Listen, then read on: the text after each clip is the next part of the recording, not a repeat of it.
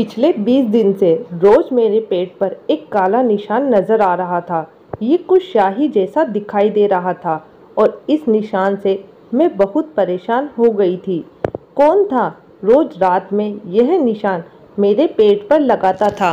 मैं जब भी नहाती तो ये निशान हल्का हो जाता था, पर दोबारा रात को फिर से उसी जगह ये निशान मुझे दिखता था।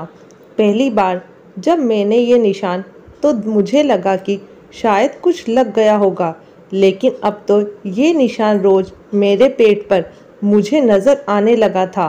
मैं शक करती भी तो किस पर, क्योंकि घर में मेरे अलावा बस दो ही लोग थे, एक मेरे ससुर जी और दूसरी एक काम वाली लड़की जो कि मेरी ही उम्र की थी। बात यह है कि मेरी शादी के बाद ही मेरे पति को वापस विदेश जाना पड़ा, क्योंकि वो वहीं जॉब करते थे। मेरे ससुराल में मेरे ससुर जी ही थे।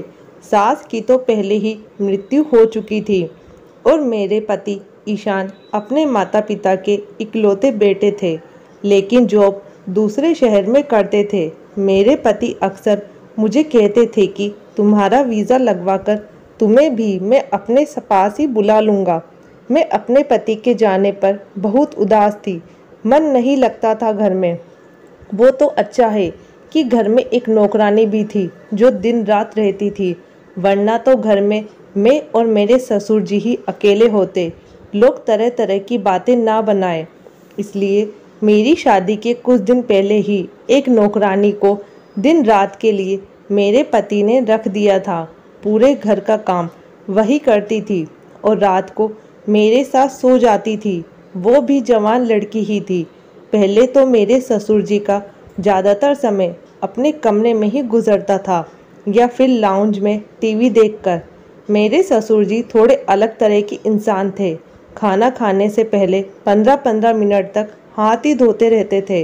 फिर भी उन्हें शक होता था कि पता नहीं कौन सा हाथ ठीक से धुला है और कौन सा नहीं। पूरी तसल्ली करने के बाद ही खाना खाते थे। हमेशा टीवी देखते रहते। मुझसे वो ज़्यादा बात भी नहीं करते थे, बस जब भी कोई काम होता तो बुला लेते थे, नहीं तो कभी आवाज़ नहीं देते थे। मैं पूरा दिन उस नौकरानी से घर का काम करवाती और साथ साथ बातें भी करती रहती थी। शुरू के 2 महीने तो ऐसे ही गुजर गए। नयन से भी मेरी हर 2-3 दिन पर बात होती थी। मैं हर बार उनसे अपना वीज़े के बारे में ज़रूर पूछती, लेकिन वो यही कहते कि कोशिश कर रहा हूँ। जब कभी मैं नौकरानी से अपने ससुर जी के कमरे में सफाई करने को कहती तो वो नहीं करती थी। कहती थी, दीदी आप भी मेरे साथ चलो, मुझे अकेले बहुत डर लगता है। बार बार मुझसे कभी बैठकर चादर बदलवाते रहते हैं, कभी कहीं झाड़ू लगाते हैं, कभी कहीं। उनकी बातें सुनकर मैं तो हंसने लगी, तो कहती, नहीं दीदी मुझे सच में उनसे डर लगता है, उनकी नज़रें अच्छी नहीं हैं। क्या आपको पता है, कल मुझे कहने लगे, इतनी गर्मी है, मैं कमरे में नहाने जा रहा हूँ, तुम चाहो तो दुपट्टा उतार कर काम कर लेना। मुझे उसकी ये बात बहुत अजीब सी लगी, तो मैंने यह कहकर टाल दिया कि बेटी समझकर तुम्हारा ख्याल किया होगा। वो कहती, जाने भी दो दीदी, मैंने तरह तरह के लोगों के घरों में काम किया है, सबकी नज़रों को अच्छी तरह से पहचानती हूँ मैं। ये बोलते हुए वो किचन में चली गई और मैं भी अपने कामों में लग गई। लेकिन अब जो मेरे साथ हो रहा था वो कुछ अजीबोगरीब था। आखिर कौन था जो रोज़ रात को काला रंग मेरे पेट पर लगाता था और मुझे महसूस भी नहीं होता था। रात को मैं बहुत देर तक जागती रही। वो काम करने वाली लड़की मेरे ही कमरे में ज़मीन पर बिस्तर लगाकर सो जाती थी। पूरा दिन घर के कामों की वजह से मैं इतना थक जाती थी कि पूरी रात मेरे लिए उठना बहुत मुश्किल था। एक दिन तो मेरे होश ही उड़ गए जब मैंने अपने ससुर जी को उंगली से किसी खाली कागज़ पर कुछ लाइन खींचते हुए देखा। मैं तो उन्हें शाम की चाय देने के लिए गई थी, लेकिन जो कुछ देख चुकी थी वो मेरे होश उड़ाने के लिए काफ़ी था। जब उनकी मुझ पर नज़र पड़ी तो पहले तो मैं घबरा गई और मुझे देखते ही वो गुस्से से बोले, तुम बिना पूछे क्यों मेरे कमरे में आ जाती हो? क्या तुम्हें किसी ने यह तमीज़ नहीं सिखाई कि दरवाजे पर पूछकर इजाज़त लेते हैं? पहली बार उन्होंने मुझसे इस लहजे में बात की है। मेरा तो रंग फीका हो गया था और मैं वापस पलट गई और सीधा अपने कमरे में आ गई। अब तो मेरे दिल की धड़कनों का यह आलम था कि जैसे सीने से दिल निकलकर बाहर ही आ जाएगा। मेरे पेट का निशान अब तो मेरे दिमाग में घूम रहा था। तो क्या वो निशान मेरे ससुर जी ने लगाए हैं? दिल ये मानने को तैयार ही नहीं था। वो तो मेरे पापा की जगह है। मैं ऐसा कैसे सोच सकती हूँ? लेकिन हकीकत थी कि मेरे पेट पर जिस तरह की शाही का निशान होता था, मेरे ससुर भी उसी रंग की शाही से कागज पर कुछ लकीरें खींच रहे थे। एक दिन मैं अपने कमरे से निकलकर किचन में गई तो मेरे ससुर जी नौकरानी के बिल्कुल पीछे खड़े थे। वो बड़े ही आराम से बर्तन धो रही थी। उसके करीब थे। मुझे ये बात बहुत अजीब सी लगी। इसका मतलब कि नौकरानी उस दिन ठीक कह रही थी कि मेरे ससुर जी की नज़र और नीयत अच्छी नहीं है। मैं किचन में चली गई और मैंने अपने ससुर से कहा कि पापा, आप यहाँ क्या कर रहे हो? क्योंकि मैंने उन्हें आज से पहले कभी किचन में नहीं देखा था। वो मेरी आवाज़ पर बुरी तरह से हड़बड़ाए। मुझे किचन में देखकर कुछ अलग सा व्यवहार करने लगे। इतने में मेरी आवाज़ पर वो नौकरानी भी बर्तन धोना छोड़कर मुझे देखने लगी। वो भी शायद मेरे ससुर के वहाँ होने से बेखबर थी। अजीब नज़रों से हम दोनों को देख रहे थे। मैंने नौकरानी को नज़रअंदाज किया और ससुर से किचन में आने की वजह पूछने लगी तो वो कहने लगे कि मैं इस नौकरानी की छुट्टी करवा दूंगा। ये झाड़ू लगाकर बिना हाथ धोए बर्तन धो रही है, इसके हाथ गंदे हैं। वो परेशान सी हो गई, कहने लगी, साहब क्यों झूठ बोल रहे हैं? मैंने सबसे पहले हाथ धोए थे, उसके बाद ही किचन के बर्तनों को हाथ लगाया है। मेरे ससुर तो उस नौकरानी से बहस पर उतर आए और कहने लगे कि तुम झूठ बोल रही हो। मेरे बेटे के पैसे हराम के हैं क्या? तुम्हें तनख्वाह भी दूँ और तुम झाड़ू वाले हाथों से बर्तन धोती हो। यह तो मैंने देख लिया था, वरना ना जाने तुम कम से गंदे बर्तनों में ही हमें खाना दे रही हो। मैंने अपने ससुर से बहुत कहा कि आप यहाँ से चले जाइए, मैं खुद नौकरानी से बात कर लूँगी, लेकिन वो मुझ पर भी गुस्सा करने लगे। कहने लगे, तुम्हारी ही नरमी का नतीजा है, वरना मैं इस लड़की को 2 दिन में सीधा कर दूँ। मेरा बेटा परदेश में न जाने कैसे कैसे अपना गुजारा करके घर पर पैसे भेजता है और यह लड़की मुझे गंदे बर्तन में खाना देती है। आज से तुम ही मेरे बर्तन धो के मुझे खाना दोगी। उस पर चिल्लाते हुए आगे निकल गए। लड़की तो रोने लगी, कहने लगी, मुझे यहाँ काम नहीं करना, पैसे लेते हैं तो अपनी मेहनत के लेते हैं, हमें अपनी इज्जत नहीं बेच रखी है जो यह साहब मुझे इतनी बातें सुना रहे हैं। वो भी गुस्से से नौकरी छोड़ने को तैयार बैठी थी। मैंने उसे अपने गले लगाकर चुप करवाया। मैं ससुर जी के साथ अकेली नहीं रहना चाहती थी। मुझे ये हौसला था कि एक औरत मेरे साथ रहती है। अभी तो मैं एक परेशानी से निकल नहीं पाई थी कि मेरे पेट पर काली शाही के निशान आता कहाँ से है। एक नौकरानी के कमरे में होते हुए कैसे मेरे ससुर जी मेरे कमरे में आ सकते हैं? मैंने नौकरानी से कहा, तुम बर्तनों को हाथ नहीं लगाना, मैं खुद धो दूंगी, लेकिन तुम काम छोड़कर मत जाओ।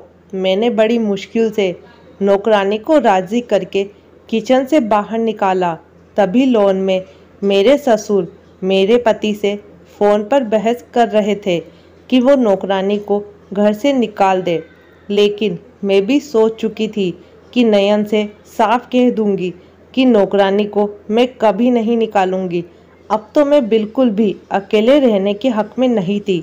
मैंने ईशान से भी कह दिया कि अगर नौकरानी चली गई तो मैं भी अपने मायके चली जाऊंगी। पापा को बर्तनों से तकलीफ़ है तो मैं खुद धो दूंगी। मेरे पति ने अपने पापा को ना जाने कैसे समझाया, क्योंकि अब वह बहस नहीं कर रहे थे। मैं खुद बर्तन धोने लगी। मैं खाना ससुर के सामने खुद रख देती थी।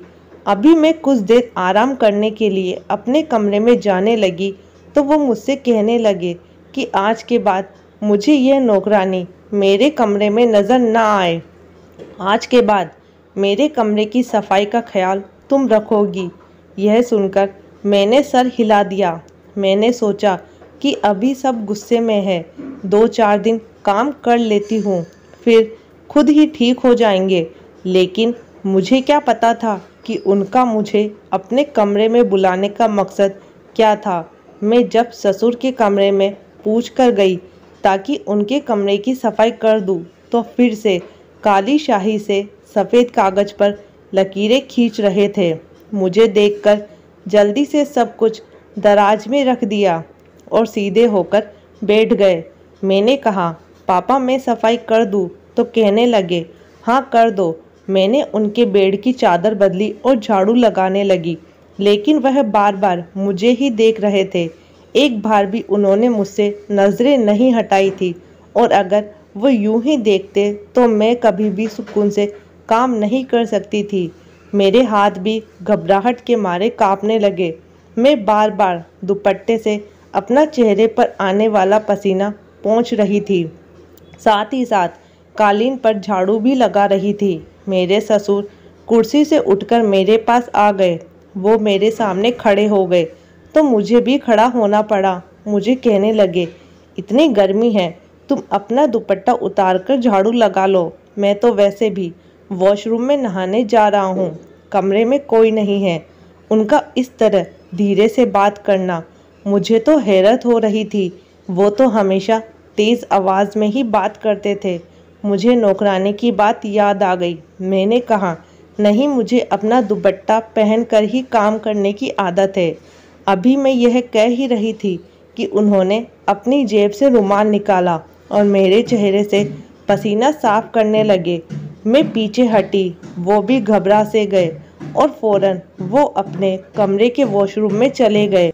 मेरे दिल की हालत तो ऐसी थी कि धड़कन चलना ही भूल गई थी। मुझे तो अब अपने ससुर के कैरेक्टर पर शक होने लगा। मैंने जल्दी जल्दी उनके कमरे की सफाई की और कमरे से बाहर निकल गई। पूरा दिन मैं परेशानी में थी। रही बात रात की, तो जब मैं नौकरानी के साथ अपने कमरे में आई तो वो ज़मीन पर अपना बिस्तर बिछाने लगी।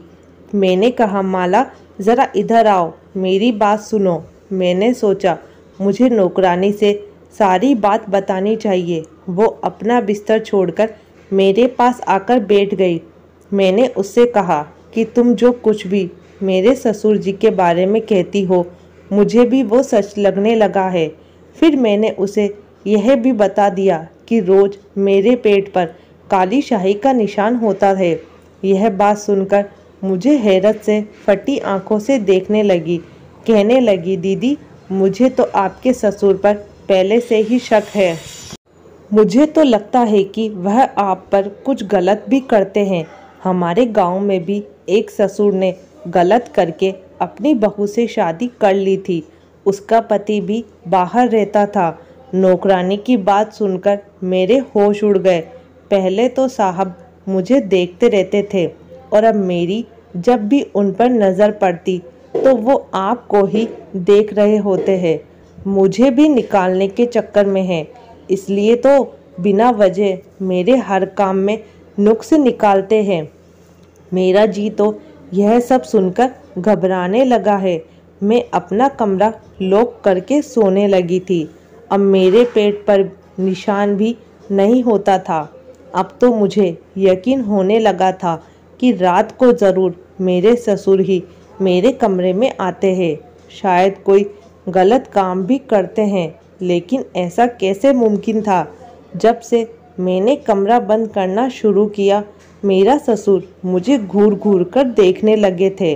लेकिन मैंने परवाह नहीं की। कुछ दिन के बाद ही मेरे ससुर तो मुझ पर चिल्लाने लगे, कहने लगे कि तुम अपने कमरे का दरवाज़ा क्यों लॉक करती हो? मेरा बेटा तुम्हें मेरी जिम्मेदारी पर छोड़कर गया है। मुझे इस नौकरानी पर बिल्कुल भरोसा नहीं है, इसलिए खुद आकर बार बार कमरे में झांकता हूँ कि कहीं यह कुछ चुरा कर भाग न जाए।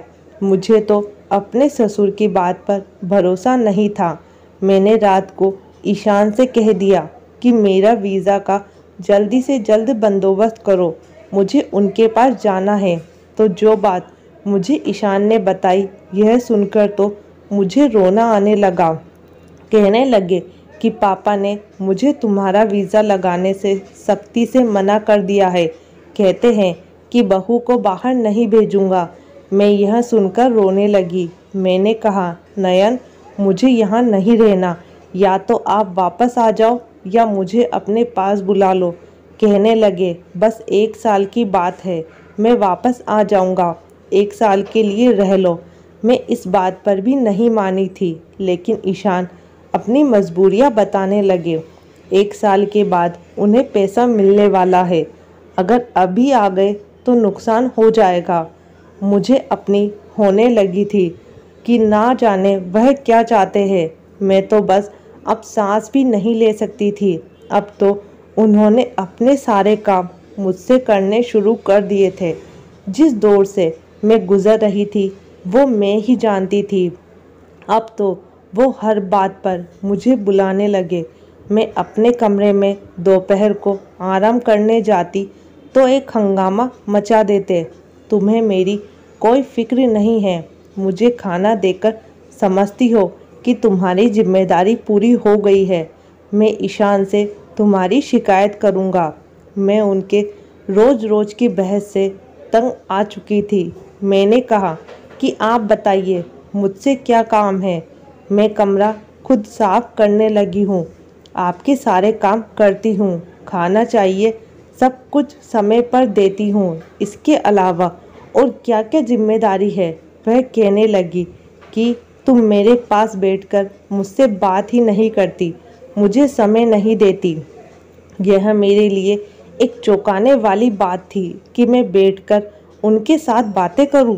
भला मैं उनसे क्या बातें कर सकती थी? उन्हें खुद ही यह सोचना चाहिए था। ना ही उनका कोई दोस्त था कि वो घर से बाहर जाते या कोई दोस्त घर आए। गांव में भी उनकी सख्त आवाज़ के चर्चे आम थे। लोग उनसे बात करने से पहले घबराते थे। इस बार मैंने उनकी बात से साफ इनकार कर दिया। मैंने कहा कि आपको मेरी शिकायत लगानी है, शौक से लगा दीजिए, लेकिन मैं आपके साथ बैठकर बातें नहीं कर सकती।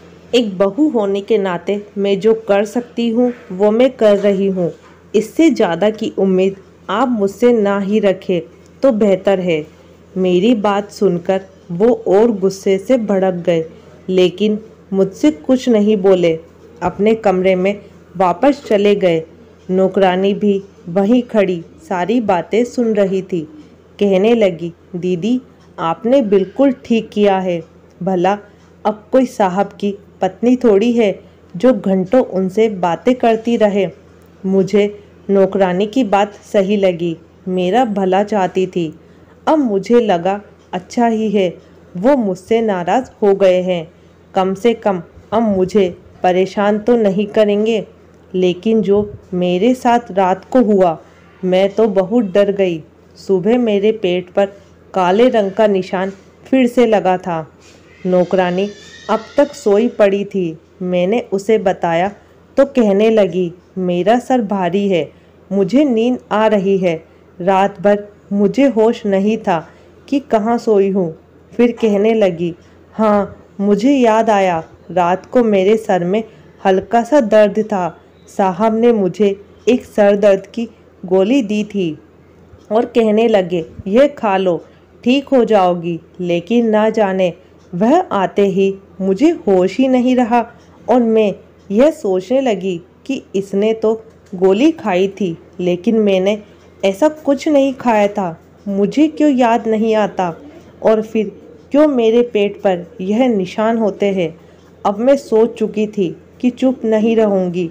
मैंने रात को नौकरानी को एक नींद की गोली खिलाई और अपने बेड पर सुला दी और खुद छुप गई। नौकरानी को मैं पहले ही बता चुकी थी। वो मेरी मदद करने को तैयार थी।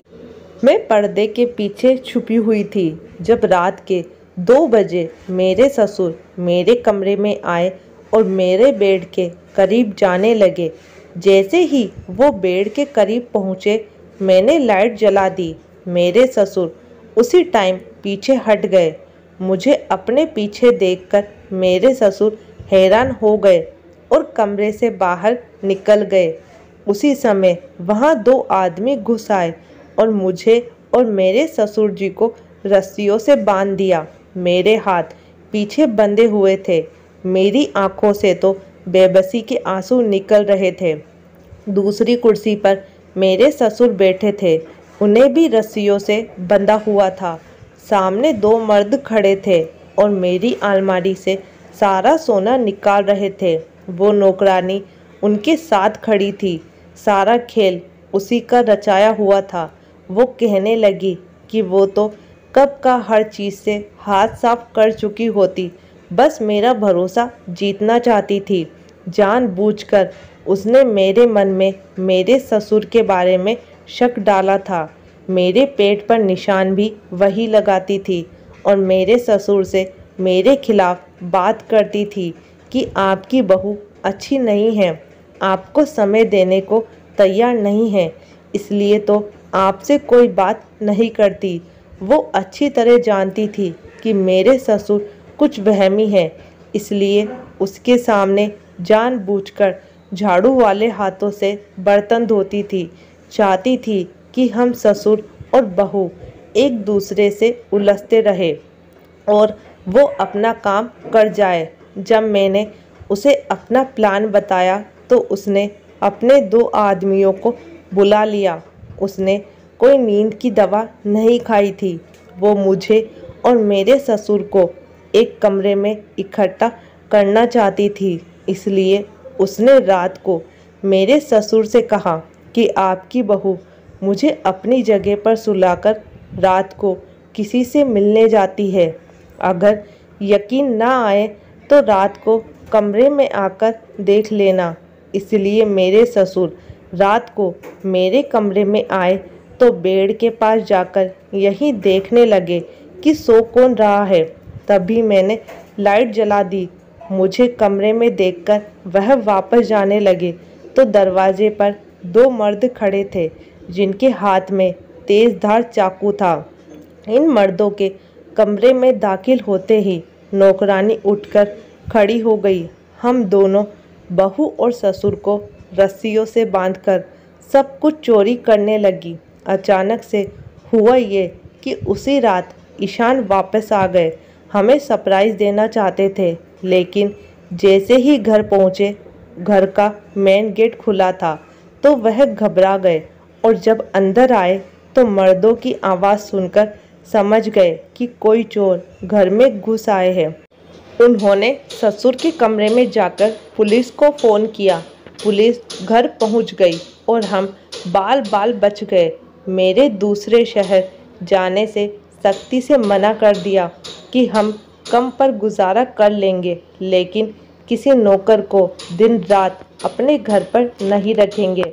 वह घर के बैदी होते हैं और फिर जब मौका मिलता है अपना काम कर जाते हैं।